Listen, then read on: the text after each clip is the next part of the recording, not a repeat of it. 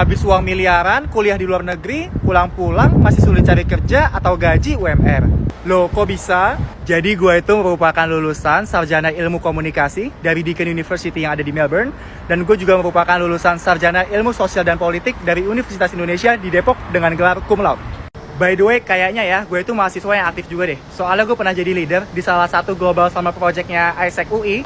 Waktu itu namanya Happy Kids. Dan gue pernah jadi presiden PPI Deakin juga waktu gue kuliah di Deakin Melbourne.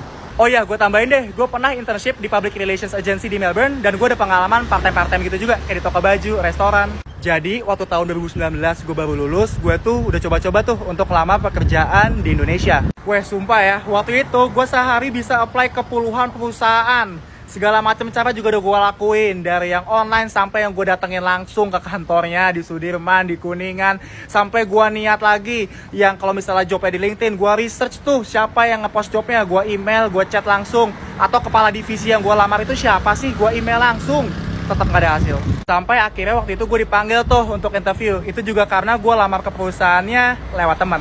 Waktu lagi interview, interviewernya bisa-bisanya ngomong kayak gini, wah kamu gak ada pengalaman di Indonesia sih, gimana ini? Bocah lu gak ngeliat tuh resume gua. Lagian kalau gak ada pengalaman, entry level untuk entry people bos. Akhirnya dia nawarin gaji ke gua 4,8 juta belum dipotong pajak. Dan sampai rumah gue curhat-curhat tuh sama teman-teman gua yang lulusan dari dalam negeri sama dari luar negeri. Dan ternyata bener, gak ada bedanya, gak terlalu beda buat entry level.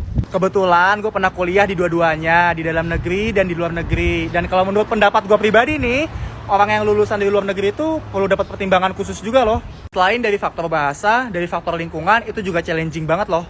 Contoh sederhananya gini, kalau kita kuliah di Indonesia, kita ada yang nggak ngerti nih sama sebuah mata kuliah, kita tinggal tanya sama dosen ya. Pendekatannya nggak jauh beda antara dosen di Indonesia. Tapi kalau kita kuliah di luar negeri, ada yang nggak ngerti, selain bahasanya beda, budaya atau pendekatan ke dosennya pun juga sangat beda. Karena dosennya itu bisa beda-beda kewarganegaraan. Hal ini juga belum ditambah kalau misalnya tiba-tiba lo sakit nih, khususnya kalau lagi exam week. Yang tentunya teman-teman lo juga akan terbatas untuk membantu, karena mereka akan sibuk dengan tugas kuliah mereka masing-masing. Dari faktor lingkungan itu mungkin nggak jauh beda, atau lo udah familiar. Dibanding jika lo bermasalah nih di negeri orang. Yang tentunya orang yang udah beda kewarganegaraan, beda ras, beda bahasa, beda semuanya. Hal-hal kayak gini yang menurut gua belum dipertimbangkan nih sama recruiter di Indonesia. Tapi kalau gue lihat dari sisi yang berbeda, buat lu nih yang kuliah di luar negeri, buat apa kalau ujung-ujungnya lu cuman ngarep gaji UMR? Gunailah kesempatan kalian sebaik mungkin.